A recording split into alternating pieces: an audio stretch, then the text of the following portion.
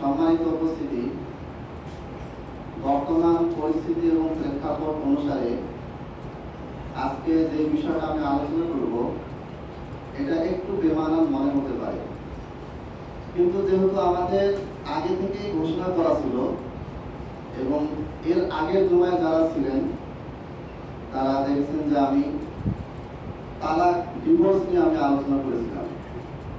গতবার যখন এসেছিলাম তখন তালাক সংক্রান্ত 5টা মাসআলা আমি বর্ণনা করেছি। আজকে আমি ওই ধারাবাহিকতায় 6ষ্ঠতম মাসআলা আপনাদের সঙ্গে আলোচনা করব এবং আজকের আলোচনাটা একটু ক্রিটিক্যাল হতে পারে।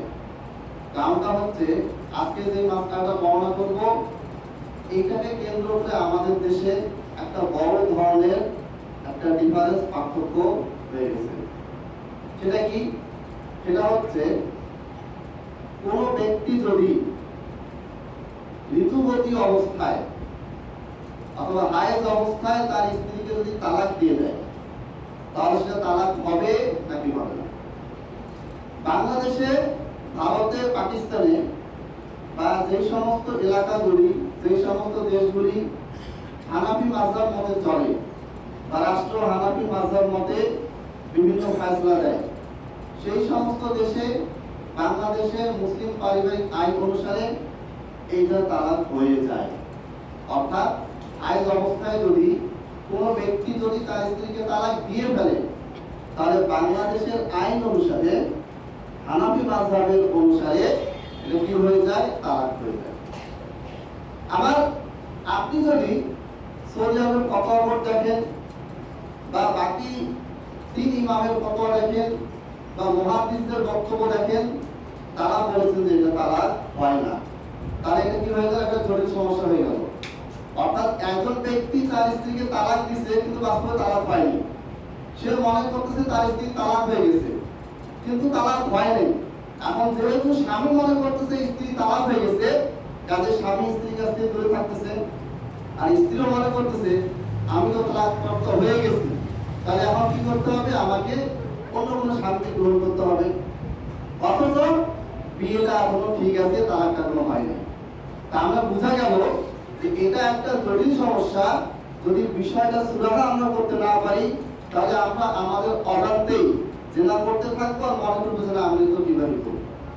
অতএব এই বিষয়টা একটু ক্লিয়ারলি আপনাদের সামনে খোলাসা করা প্রয়োজন। তালাকের ব্যাপারে যত কিতাব পড়বেন সমস্ত আলেম ওলামারা একমত, তালাক হচ্ছে 3 প্রকার। একটা হচ্ছে তালাকে আহসান, উত্তম তালাক, সর্বোত্তম তালাক। সর্বোত্তম তালাক কি? যেটা আমি আগে আলোচনা করেছি, সেটা হচ্ছে হায়েজ অবস্থায় তালাক দেওয়া যাবে না, ঋতু অবস্থায় তালাক দেওয়া যাবে না। হায়েজ শেষ হওয়ার পরে যখন স্ত্রী পবিত্র হলো, তখন পবিত্র অবস্থায় শারীরিক সম্পর্ক করার পূর্বে, হায়েজ শেষ, পবিত্র হলো, পবিত্র হওয়ার পরে তার সাথে কোনো শারীরিক সম্পর্ক করার পূর্বে তালাক দিলে এটাকে বলা হয় তালাকে আহসান, সর্বোত্তম তালাক। এটা হচ্ছে সুন্নতি তালাক। এই ব্যাপারে যার মাযহাবই একমত, হানাফি মাযহাবও একমত, সবাই একমত। ভেদালটা কোথায় লাগছে? ভেদাল লাগছে তালাকের বেদাতির ক্ষেত্রে। বেদাতি তালাক। বেদাতি তালাক কি? বেদাতি তালাক হচ্ছে কেউ যদি হায়েজ অবস্থায় তালাক দিয়ে ফেলে অথবা একই বৈঠকে একের বেশি একাধিক তালাক দিয়ে ফেলে, তাহলে সেটা কি হয়ে গেল? সেটা হচ্ছে বেদাতি তালাক হয়ে গেল। ওটা যে বেদাতি তালাক, এটা নিয়েও কারো কোনো দ্বিমত নাই। তাহলে সমস্যাটা কোথায়? সমস্যাটা হচ্ছে হানাফি মাযহাবের ইমামদের বক্তব্য হচ্ছে যে এটা বেদাতি তালাক হলেও এটা তালাক হয়ে যাবে। মানে ব্যাপারটা এরকম যে মুনাজাত করা বেদাত করা যাবে না, কিন্তু করলে এটা ইবাদত হয়ে যাবে। মিলাদ করা বেদাত, এটা করা যাবে না, কিন্তু কেউ যদি করে ফেলে তাহলে ইবাদত হয়ে যাবে, নাকি পেয়ে যাবে। ব্যাপারটা এরকম। পৃথিবীতে একটা মাত্র মাসআলা, এটা হচ্ছে এই তালাকের মাসআলা, যেখানে বলা হচ্ছে যে সুন্নাহ পদ্ধতিতে তালাক না দিলে, হায়েজ অবস্থায় তালাক দিলে অথবা একই সময়ে একসাথে একাধিক তালাক দিলে এটা বেদাতি তালাক হবে, কিন্তু তালাকটা গ্রহণযোগ্য হয়ে যাবে। এই যুক্তিটা সম্পূর্ণ অচল, অবাস্তব একটা যুক্তি। কারণ যারা বলছেন, যে সমস্ত আলেম বলছেন যে হায়েজ অবস্থায় তালাক দিলে তালাক হয়ে যাবে, তারা নিজেরাই আবার বলতেছেন যে হায়েজ অবস্থায় তালাক দেওয়াটা বেদাত, এটা দেওয়া যাবে না। আবার তারাই বলছেন যে তালাক দিয়ে ফেলে তাহলে কি হবে? তালাক হয়ে যাবে। যুক্তিটা সম্পূর্ণ অবাস্তব এবং পরস্পর বিরোধী। আসুন দেখি, আমরা কিছু হাদিস দেখব, যে হাদিসগুলির মাধ্যমে আমরা বিষয়টি খোলাসা করার চেষ্টা করব। এবং একই হাদিস, যেই হাদিসটা দিয়ে হায়েজ অবস্থায় তালাক নাজায়েজ প্রমাণ হয় বা হায়েজ অবস্থায় তালাক দিলে সেই তালাকটা গ্রহণযোগ্য প্রমাণ হয় না, ওই বুখারীর ওই একই হাদিস দিয়েই আমাদের হানাফি মাযহাবের আলেমরা প্রমাণ করেন যে তালাক হয়ে গেছে। তাহলে বোঝা যাচ্ছে বিষয়টাতে একটু জটিলতা আছে। যদিও জটিলতা আগে ছিল না, এটা পরবর্তীতে যখন বিভিন্ন ইমামের অন্ধ অনুসরণ শুরু হলো, বিভিন্ন পীরের অন্তর অনুসরণ শুরু হলো, আস্তে আস্তে মুসলমানদের ভিতরে বিভিন্ন মাসালা কেন্দ্রিক বিভাজন শুরু হলো। তার আগে এটা ছিল না।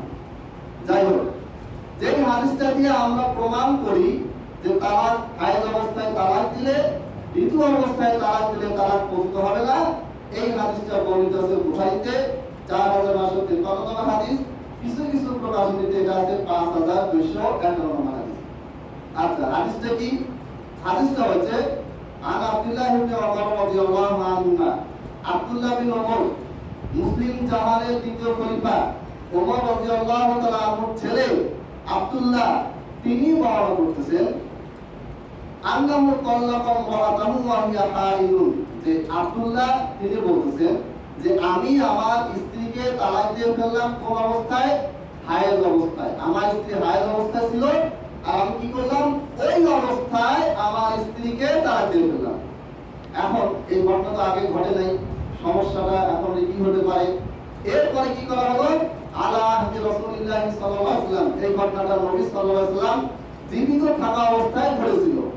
এরপরে ফাসাআলা ওমর ইবনে খাত্তাব রাসূলুল্লাহ সাল্লাল্লাহু আলাইহি ওয়াসাল্লাম, ওমর বিন খাত্তাব যখন দেখলেন যে ছেলে হায়েজ অবস্থায় তার বউকে তালাক দিয়ে ফেলছে, তখন ওমর বিন খাত্তাব কি করলেন? বিষয়টি আল্লাহর নবী সাল্লাল্লাহু আলাইহি ওয়াসাল্লামের কাছে গিয়ে জিজ্ঞেস করলেন। ফাকালা রাসূলুল্লাহ সাল্লাল্লাহু আলাইহি ওয়াসাল্লাম, রাসূল সাল্লাল্লাহু আলাইহি ওয়াসাল্লাম আব্দুল্লাহ এবং তার বাবার কথা শুনে কি করলেন? বললেন, মুরহু, হে ওমর, তুমি আব্দুল্লাহকে আদেশ করো ফালিওয়াজিহা, সে যেন তার স্ত্রীকে কি করে? বাসায় ফেরত নিয়ে যায়। আচ্ছা, এরপরে সুম্মা লিয়ুমসিকহা, এরপরে সে যেন তার স্ত্রীকে বাসায় রেখে দেয়, মানে তালাক হয়ে গেছে এটা মনে করে যেন বের করে না দেয় বা আলাদা বিচ্ছিন্ন যেন না হয়। স্ত্রীকে নিয়ে যাবে, কাছে রাখবে, কোন রকম দূরত্ব বজায় রাখবে না, কারণ তালাক হয়নি। হাত্তা তাতহুরা, হ্যাঁ, এরপরে যখন পবিত্র হবে, সুন্নাহ তাফিদ, তারপরে যখন আবার হায়েজ আসবে, সুন্নাহ তাতহুরা, তারপরে যখন আবার পবিত্র হবে, সুন্নাহ ইনশা আমসাকা, পবিত্র হওয়ার পরে আব্দুল্লাহ যদি চায় যে সে তার স্ত্রীকে রাখবে তাহলে রাখবে, ওয়া ইনশা তাল্লাকা, আর যদি চায় যে আমি তালাক দিয়ে দিব তাহলে সে তালাক দিয়ে দিবে। তাহলে এই হাদিসে যেই শর্তটা আসছে তাকে তুমি ফেরত নিয়ে যাও, এইখানে শুনছে গন্ডগোল। কি গন্ডগোল? আমরা বলতেছি বা মুহাদ্দিসরা বলতেছেন যে আল্লাহর নবী সাল্লাল্লাহু আলাইহি ওয়াসাল্লাম আব্দুল্লাহকে বললেন, আব্দুল্লাহর পিতা ওমরকে বললেন, তোমার ছেলেকে আদেশ করো সে যেন তার স্ত্রীকে ফেরত নিয়ে যায়। এখন এইখানে হানাফি মাযহাবের একদল বড় আলেমদের বক্তব্য হচ্ছে তালাক যদি নাই হয় তাহলে ফেরত নেওয়ার কথা কেন আসলো? হাদিস একটাই, বুখারীর হাদিস, সহিহ হাদিস, দুর্বল প্রমাণ করার কোনো সুযোগ নাই। এখন এই হাদিস দিয়ে আপনি বলতেছেন যে তালাক হয় নাই, কারণ আল্লাহর নবী সাল্লাল্লাহু আলাইহি ওয়াসাল্লাম বলেছেন যে ওমর, তুমি তোমার ছেলে আব্দুল্লাহকে বলো সে যেন তার স্ত্রীকে ফেরত দিয়ে যায়। আর আমি বলতেছি তালাক যদি নাই হয় তাহলে ফেরত কথাটা কেন আসলো? তাহলে বোঝা যাচ্ছে যে একই হাদিস, এটাকে কেন্দ্র করে, ব্যাখ্যাকে কেন্দ্র করে আপনার সাথে আমার কি হয়ে গেল? দ্বন্দ্ব হয়ে গেল। এখন যখন কোন হাদিসের কোন একটা শব্দ নিয়ে, কোন একটা বাক্য নিয়ে, কোন একটা বিধান নিয়ে সমস্যা হবে, তখন আমাদেরকে দেখতে হবে ওই হাদিসের ব্যাখ্যায় অন্য কোনো হাদিস আছে কিনা। এখানে আপনি আমি মারামারি ঘুষাঘুষি করে লাভ নাই, দেখতে হবে যে এই ঘটনাটা নবী সাল্লাল্লাহু আলাইহি ওয়াসাল্লাম যুগে ঘটেছে। নবী সাল্লাল্লাহু আলাইহি ওয়াসাল্লাম এই যে শব্দটা বলেছেন সে যেন তার স্ত্রীকে ফেরত নিয়ে যায়, এই ফেরত শব্দটার কোনো ব্যাখ্যা নবী সাল্লাল্লাহু আলাইহি ওয়াসাল্লাম অন্য হাদিসে করেছেন কিনা, এই ফেরত নিয়ে যাওয়ার ব্যাখ্যা কোরআনে আছে কিনা, এই ফেরত নিয়ে যাওয়ার ব্যাখ্যাটা সাহাবীদের বক্তব্যে আছে কিনা। যদি আমরা ওই জায়গায় সীমাবদ্ধ থাকি, আল্লাহ নবী সাল্লাল্লাহু আলাইহি ওয়াসাল্লাম বলেছেন যে আমার পর 72টা দল হবে, 73টা দল হবে, এই 73টা দলের ভিতরে একদল কি হবে? নাজাতপ্রাপ্ত হবে। এবং এই দলটার কি বৈশিষ্ট্য হবে? তারা মা আনা আলাইহি ওয়া আসহাবি, আমার এবং আমার সাহাবীদের আদর্শের উপরে সুন্নাত অটল থাকবে। তাহলে বোঝা গেল যে এই হাদিসের যে ফেরত নিয়ে যাওয়ার শব্দটা, এটা নিয়ে যদি আপনি আমি ব্যাখ্যা বিশ্লেষণ করি তাহলে খালি বিভেদ পাবে। আমাদের কোথায় যেতে হবে? আপনার ব্যাখ্যা হবে, আমার ব্যাখ্যা হবে, আপনাকে আমাকে দিতে হবে কোরআনে হাদিসে এই শব্দটা কোথায় কিভাবে আসছে। সম্মানিত উপস্থিতি, মনে হয় আজকে আজকে একটা মাসলা আলোচনা করতে শেষের সময়।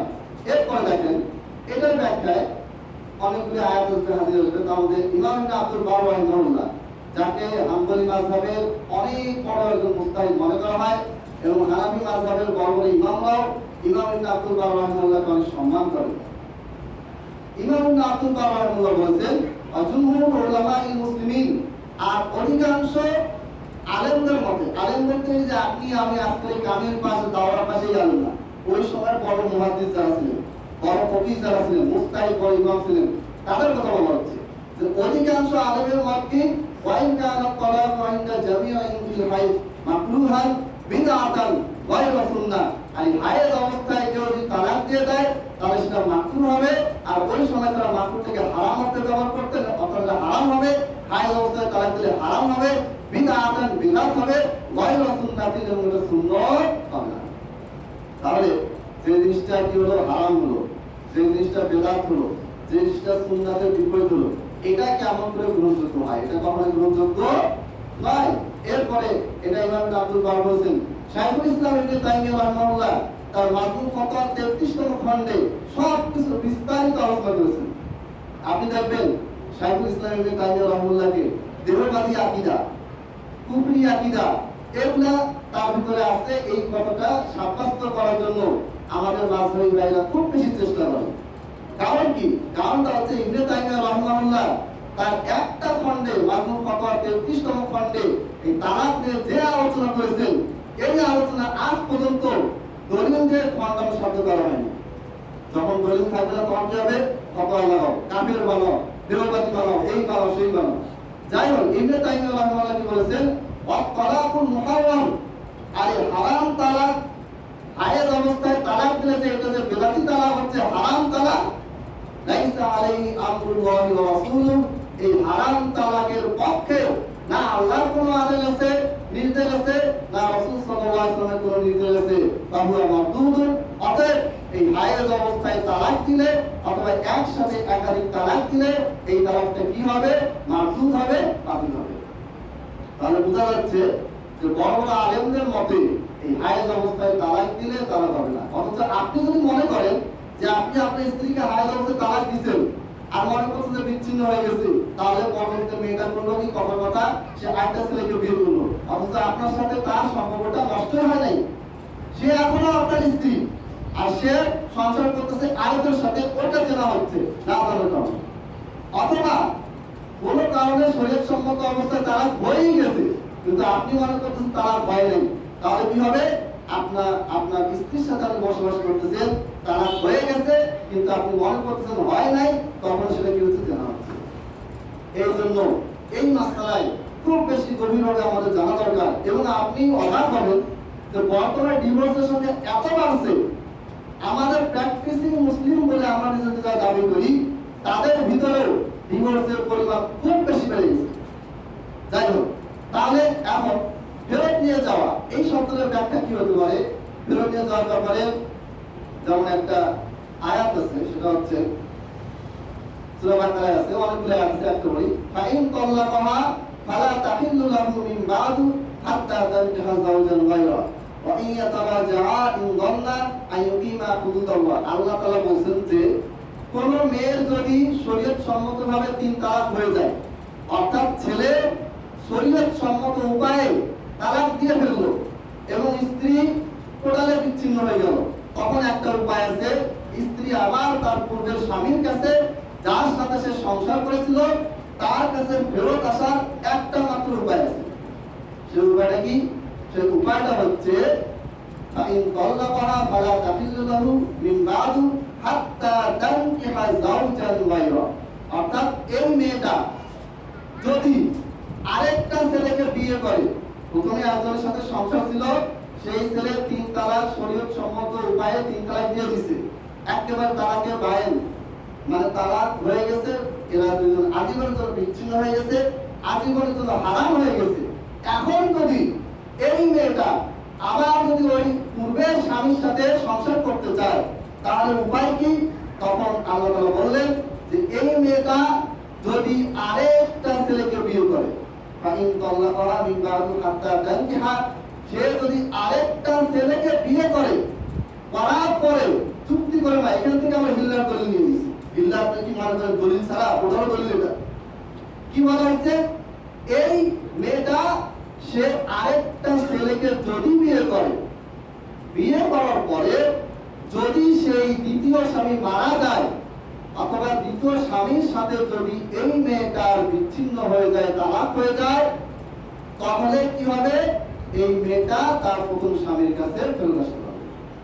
এটা চুক্তি নয়, এটা হতে পারে নাও হতে পারে। এটা দ্বিতীয় ছেলেকে যে বিয়ে করলো, তারপরে দ্বিতীয় ছেলের সাথে তালাক হতে পারে, নাও হতে পারে।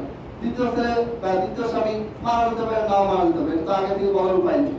কিন্তু যদি মারা যায় অথবা ডিভোর্স হয়ে যায়, তখন এই মেয়েটা প্রথম স্ত্রীর কাছে আবার, প্রথম স্বামীর কাছে আবার আসা সুযোগ পাবে। তো আল্লাহ নবী সাল্লাল্লাহু আলাইহি ওয়াসাল্লাম মানে আয়াতে আল্লাহ বলেছেন যে যদি আবার তারা উভয়ে ফেরত আসতে চায়, আইয়া তাওয়াজা, ওই যে বুখারীর হাদিসে ওমর বিন খাত্তাবকে আল্লাহ নবী যে আদেশ করলেন তোমার ছেলেকে তার স্ত্রীকে ফেরত নিয়ে যেতে বলো, ওই ফেরত শব্দটা সূরা বাকারার এই আয়াতে আসছে যে আবার যদি এই স্বামী স্ত্রী ফেরত যেতে চায় তাহলে তাতে কোনো অসুবিধা নেই। তাহলে কি এখানে কি এদের জন্য তালাক ছিল? না, তালাক ছিল না। তো প্রথম স্বামীর সাথে স্ত্রী 3 তালাক হয়েই গেছে, আজীবনের জন্য হারাম হয়ে গেছে। এরপরে মেয়েটা আবার সে স্বেচ্ছায় আরেকটা বিয়ে করলো, করার পরে দ্বিতীয় স্বামী মারা গেল অথবা দ্বিতীয় স্বামীর সাথে ডিভোর্স হলো, তখন যদি এই মেয়েটা আর তার আগের স্বামী আবার যদি দাম্পত্য জীবনে ফেরত যেতে চায়, তাহলে আল্লাহ তাআলা বলছেন এতে কোনো অসুবিধা নাই। এখন ফেরত যাওয়া মানে যদি আমি বলি যে তালাক হয়ে গেছে, তালাক ধরতে হবে, তাহলে এদের ভিতরে কোথায় তালাক? তালাক তো আগেই হয়ে গেছে, বিচ্ছিন্ন হয়ে গেছে, আবার নতুন বিয়ে হয়েছে, আবার বিচ্ছিন্ন হয়েছে, আবার এখন পূর্বে ফেরত যেতে যাচ্ছে। তাই এইখানে ফেরত যাওয়া মানে কিন্তু আসলে তালাক প্রাপ্ত হওয়ার পরে ফেরত যাওয়া বোঝাচ্ছে না। তাহলে বোঝা গেল যে এই শব্দটা বুখারীর যে ভিতরে যে শব্দটাকে কেন্দ্র করে এই যে একটা বিশাল গ্যাপ তৈরি হলো, এই শব্দটাই সূরা বাকারায় এসেছে, আরো বিভিন্ন জায়গায় এসেছে। সব জায়গাতেই ফেরত যাওয়া অর্থ ব্যবহার হয়েছে, কিন্তু কোথাও তালাক হয়ে, তালাক প্রাপ্ত হয়ে ফেরত যাওয়ার কথা বোঝানো হয়নি। যদি এইটুকু বিষয় যদি আমরা খেয়াল করতাম, তাহলে আজকে অসংখ্য পরিবার আজকে এই বিপদের মধ্যে পড়তো না। কিন্তু ওই যে মাথায় ঢুকে গেছে, ইমাম সাহেব বলছে, ইমামে আযম বলছেন বা অমুক ইমাম বলছেন, ইমাম আবু ইউসুফ বলছেন, এই যে একটা ধ্যান ধারণা ঢুকে গেছে। সারাটা জীবন মাদ্রাসায় পড়াশোনা করে, 12 বছর 15 বছর মাদ্রাসায় পড়াশোনা করে তাকমিল দাওয়া পাস করে, এরপরে ইফতা পাস করে লাস্টে এসে বলতেছে আমরা কোরআন বুঝি না, হাদিস বুঝি না, আমাদের ইমাম মুস্তাহিদ ইমাম যেইভাবে ব্যাখ্যা করবে আমাদেরকে ওইভাবে ব্যাখ্যা করতে হবে, আমাদের ইমাম যেইভাবে গ্রহণ করেছে, দলিল নিয়েছে, ওইভাবে আমাদের নিতে হবে।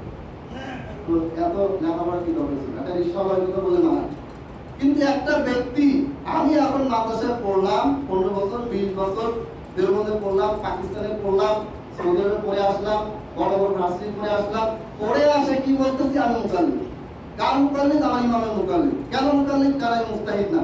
মুস্তাহিদ না মানে কি? মানে আমি কোরআন হাদিস থেকে মাসলা বের করতে পারি না। কে পারে? ইমাম পারে। কি করতে হবে? ইমামের কাছ থেকে নিয়ে আপনি বুঝবেন। আমি থেকে এটা কোনো সমান হতে পারবো না। তাহলে বুখারী যে হাদিসটা, এখানে অনেকগুলো পয়েন্ট আছে, সময় নেই যেহেতু, কাজে আমি সংক্ষেপে বলবো, বেশি বিস্তারিত বলবো আবার আপনাদের বুঝতে অসুবিধা হবে। প্রয়োজনে আপনারা ভিডিও আবার দেখবেন, আজকে তো নেট নেই, পরে আপলোড দেওয়া হবে ইনশাআল্লাহ। তাহলে বুখারীর যে হাদিসকে কেন্দ্র করে দুটো মত তৈরি হলো যে একদল বলছে হায়েজ অবস্থায় তালাক দিলে তালাক হয়ে যাবে, তারা ওই ফেরত যাওয়ার শব্দটাকে দলিল দিয়েছেন, আর আমরাও ওই শব্দটার ব্যাখ্যা আয়াত থেকে দিলাম যে ফেরত যাওয়া বলতে এখানে তালাক প্রাপ্ত হয়ে ফেরত যাওয়ার কথা বলে নাই। এখানে ফেরত যাওয়া বলতে বোঝাচ্ছে যে তাকে নিয়ে যাও, তুমি তালাক দিয়ে মনে করতেছো আলাদা হয়ে গেছে, এটা মনে করা যাবে না, তাকে আগের স্ত্রীর মতোই আছে, নিয়ে যাও। এটা আব্দুল্লাহ বিন ওমর নিজেই বলছেন। আব্দুল্লাহ বিন ওমর রাদিয়াল্লাহু আনহুকে জিজ্ঞেস করা হলো, অনেকগুলো হাদিস সময় কম, আমি একটা হাদিস বলি মুসনাদ ইবনে আবি শাইবা থেকে, যে আব্দুল্লাহ বিন ওমরকে জিজ্ঞেস করা হলো যে আন্না কারিনু ওয়া বিল্লাহি কালিকু ওয়া আমিনা কাইদু ক্বালা লা তাতাতু বিতিলকাল হাইদা। আব্দুল্লাহ বিন ওমরকে একজন ব্যক্তি জিজ্ঞেস করলো যে একজন ব্যক্তি তার স্ত্রীকে হায়েজ অবস্থায় তালাক দিয়েছে, এখন কি করবে? তখন আব্দুল্লাহ বিন ওমর তিনি কি বললেন? লা তাতাতু বিতিলকাল হাইদা, তুমি ওই তালাকটাকে, ওই হায়েজ অবস্থায় যে তালাক দিয়েছে এটাকে তালাক হিসেবে গণ্য করবে না। তাহলে নবীর জামানায় তালাক দিয়েছিল কে? আব্দুল্লাহ বিন ওমর। নবী সাল্লাল্লাহু আলাইহি ওয়াসাল্লাম মৃত্যুর পরে পরবর্তীতে আব্দুল্লাহ বিন ওমরকে যখন জিজ্ঞেস করা হলো যে একজন ব্যক্তি হায়েজ অবস্থায় তালাক দিয়েছে, তাহলে তালাকটা হবে কিনা, তখন আব্দুল্লাহ বিন ওমর ফতোয়া দিলেন যে তুমি এটাকে তালাক মনে করবা না, কারণ এটা তালাক হয় নাই। কেন? কারণ ওনার মনে আছে, উনি হাদিস বর্ণনা করেছেন, আমি আমার স্ত্রীকে তালাক দিয়েছিলাম, আমার বাবা আল্লাহর নবীকে জিজ্ঞেস করেছিলেন, আল্লাহর নবী সাল্লাল্লাহু আলাইহি ওয়াসাল্লাম আমার সেই তালাকটাকে বাতিল করেছিলেন, আমার স্ত্রীকে ফেরত করেছেন। যে ব্যক্তির জীবনের ঘটনাটা ঘটলো, নবীর সামনে সমাধান নিল, আবার পরবর্তী ওই ব্যক্তি ফতোয়া দিল তালাক হবে না, তাহলে এখন আপনি আমি কিসের কারণে বলতেছি তালাক হবে? একই দলিল, একই ব্যক্তি, বর্ণনাকারী একই, যে ব্যক্তি বর্ণনা করেছেন সেই ব্যক্তি আবার ফতোয়া দিলেন। আবার যে শব্দটাকে নিয়ে আমাদেরকে দ্বিমত হচ্ছে, এই শব্দটা বিভিন্ন জায়গায় এসেছে। আমাদের সূরা বাকারার একটা আয়াত থেকে আমি দলিল দিলাম, যেখানে বলা হয়েছে যদি আবার তারা ফেরত যেতে চায়, অথচ তাদের ভিতরে তালাকের কোনো ঘটনাই নাই, তালাক হয়ে গেছে অনেক আগে। তাহলে বোঝা যাচ্ছে আরো দলিল আছে। সময় শেষ, আমি এখানে এটি টানবো। এই যে আমাদের ভিতরে বিভিন্ন ইখতিলাফ, কিছু কিছু ইখতিলাফ আছে যেটা আপনার আর আমার ভিতরে সীমাবদ্ধ থাকে না। এই ইখতিলাফটার কারণে পরিবার ধ্বংস হয়েছে, সমাজ ধ্বংস হয়েছে, অনেক কিছু ক্ষতি হয়ে গেছে, যেটা যাদের হয়েছে তারা তালাক হয়ে গেছে মনে করে 5 বছর 7 বছর বিচ্ছিন্ন থেকেছে, স্ত্রী অন্যের ঘরে সংসার করে, পরে সহিয়া বিচার পাওয়ার পর এখন জিজ্ঞেস করে কান্নাকাটি করে, ভাই তালাক তো হয়ই নাই, আমরা মনে করছি তালাক হয়ে গেছে, মাঝহাবি হুজুরদের ফাঁদে করে এলাকায় ইমাম সাহেব করছে তালাক হয়ে গেছে, এইটা মনে করে আমার স্ত্রী অন্য জায়গায় বিয়ে দিয়ে এই 5-7 বছরের সংসার করেছে, এখন আমি কি করবো? তাহলে বোঝা যাচ্ছে এই ধরনের মাসআলা মাসাইল একজন সাধারণ মানুষকে, আপনাকে আমাকে, আমরা যারা সাধারণ মানুষ আছি আমাদেরকে জানা থাকতে হবে, যেন আমরা এই বিপদে না পড়ি। আল্লাহ তাআলা আমাদেরকে হক বুঝার তৌফিক দান করুন। আলহামদুলিল্লাহ।